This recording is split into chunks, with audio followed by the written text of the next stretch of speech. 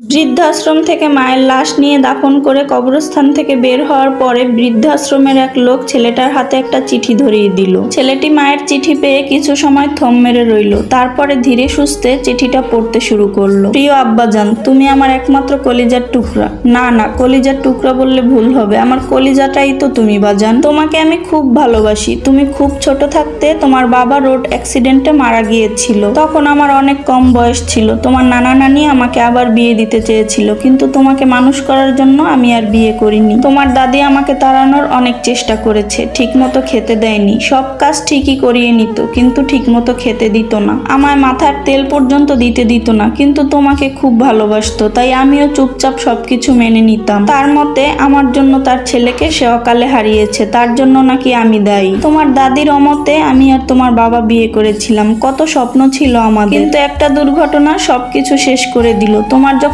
5 বছর বয়স, তখন তোমার দাদি মারা গেল। তারপরে আরো একা হয়ে গেলাম। তিনি আমাকে ভালো না বাসলে কি হবে, আমি তো তাকে ভালোবাসতাম। তার কাছে তোমাকে রেখে আমি কাজ করতে যেতাম। এখন তোমাকে একা রেখে আমি কিভাবে কাজ করতে যাব? কত কষ্টে যে তোমাকে মানুষ করেছি বাজান, তা শুধু আমিই জানি। বাড়িতে বাড়িতে কাজ করে তোমাকে পড়াশোনা করিয়েছি, আমি সফলও হয়েছি। জানো আব্বাজান, আমি যে বাড়িতে কাজ করতাম সেই বাড়ির ছেলেটাও আমাকে মাঝে মাঝে দেখতে আসে। তাকেও আমি কোলে পিঠে মানুষ করেছি। সে বাবা মা হারিয়েছে আরো অনেক আগে। আমায় দেখলে পা জড়িয়ে ধরে কান্না করে দেয়, আমাকে নিয়ে যেতে চায় তার কাছে, কিন্তু আমি যাই না। আমি কেন যাব? আমার ছেলে থাকতে আমার আব্বাজান আমাকে ঠিক নিতে আসবে, সে আশায় পথ চেয়ে থাকতাম। তুমি হয়তো ভাবছো তোমার মূর্খ মা কিভাবে চিঠি লিখলো। আমি লিখিনি বাজান, আমার সাথে একজন থাকতো।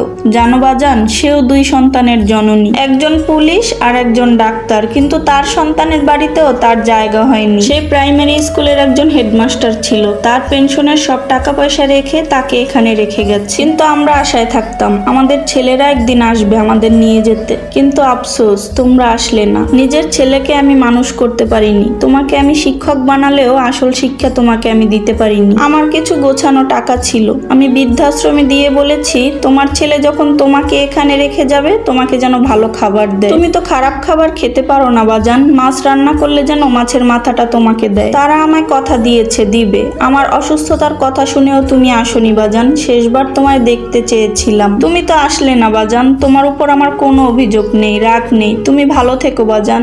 আমি তোমায় মাফ করে দিয়েছি বাজান। আমি তোমায় মাফ না করলে যে আল্লাহ তোমায় মাফ করবে না। ইতি তোমার অভাগী মা। আমাদের সমাজে অহরহ ঘটা একটি বাস্তব ঘটনা। কি বলবো, ভয়েস দিতে গিয়ে চোখ থেকে অজস্র পানি পড়ে গেল। ভালো থাকুক পৃথিবীর সকল মা। মায়ের মতো আসলে কেউই হয় না, সেটা আমাদের সমাজের কিছু কিছু সন্তানেরা বোঝে না। আহারে মা।